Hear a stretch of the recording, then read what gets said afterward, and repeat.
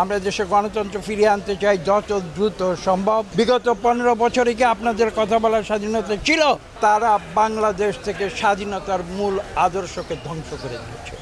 কি সেটা ছিল গণতন্ত্র।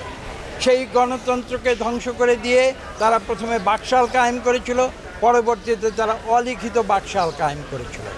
বাংলাদেশের মানুষ কিন্তু সেটা গ্রহণ করেনি, এবং করেনি বলেই 2024 সালের 5ই আগস্ট সেই স্বৈরাচারী সরকারকে এই দেশ থেকে বাংলাদেশের মানুষের ঘৃণার ফলশ্রুতিতে পালিয়ে যেতে পারত। কাজে আজকে আপনি যে প্রশ্নের উত্তর দিয়েছেন, এর উত্তর অত্যন্ত স্পষ্ট।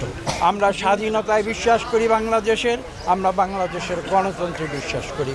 শহীদ প্রেসিডেন্ট জিয়া রহমান, বিএনপির প্রতিষ্ঠাতা সভাপতি চেয়ারম্যান, তিনি বাংলাদেশের গণতন্ত্রের জন্য তিনি জীবন দিয়েছেন।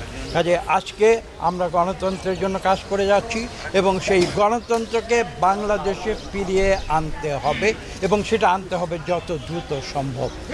গণতন্ত্র ব্যতিরেকে আজকের বিশ্বে কোনো জাতি মাথা তুলে দাঁড়াতে পারেনি। একদলীয় শাসন কথা যতই বলুন না কেন, তারা ক্ষমতা দেখাতে পারে, কিন্তু তারা কোনোদিন মানুষের ভালোবাসা পায় না। এবং সেই কারণেই আমরা বিএনপি, আপনারা জানেন আমরা প্রতিহিংসায় বিশ্বাস করি না, আমরা প্রতিহিংসার রাজনীতিতে আমরা বিশ্বাস করি না।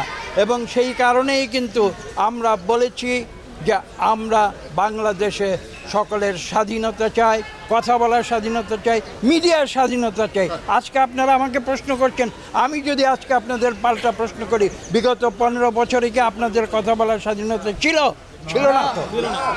তাহলে আজকে আমরা বিএনপি, আমরা দেশে গণতন্ত্র ফিরিয়ে আনতে চাই যত দ্রুত সম্ভব, এবং আমরা চাই সেটা করতে আমরা বলেছি একটি মাত্র পদ্ধতি রয়েছে। সেই পদ্ধতির নাম হচ্ছে সুষ্ঠু নিরপেক্ষ নির্বাচন।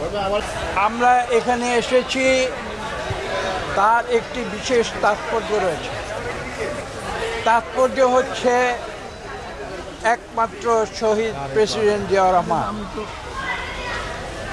আপনারা নতুন প্রজন্মের, আমি ডাইনে বায়ে দেখতে পাচ্ছি, কিন্তু যারা শহীদ প্রেসিডেন্ট জিয়া রহমানের কার্যক্রম পর্যবেক্ষণ করেছেন, তাকে সরাসরি দেখেছেন, তারা হয়তো জানতেন যে শহীদ প্রেসিডেন্ট জিয়া রহমানের যে অনন্য প্রতিভা ছিল, সেটা শুধু রাষ্ট্র পরিচালনায় নয়, তিনি কিন্তু জীবনের প্রতিটি ক্ষেত্রে তার কর্মকাণ্ডের একটি প্রভাব রেখে গিয়েছিলেন।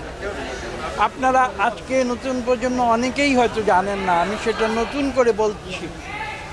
এই যে আজকের যে শিল্পকলা, সেই শিল্পকলায় কিন্তু তিনি বাংলাদেশের যে গ্রামীণ যে শিল্প, গ্রামীণ যে কালচার, আমাদের যে বাউল গান থেকে শুরু করে আমাদের যে বিভিন্ন রকমের গান রয়েছে, সেই সমস্ত কিছু যে প্রতিভা রয়েছে গ্রামে গ্রামে, সেই প্রতিভাকে তিনি বাংলাদেশের 18 কোটি মানুষের সামনে প্রতিভাত করার জন্যে তিনি কিন্তু শিল্পকলা একাডেমিতে তিনি গ্রামীণ যে কৃষ্টি এবং সংস্কৃতি তার সমাবেশ করেছিলেন।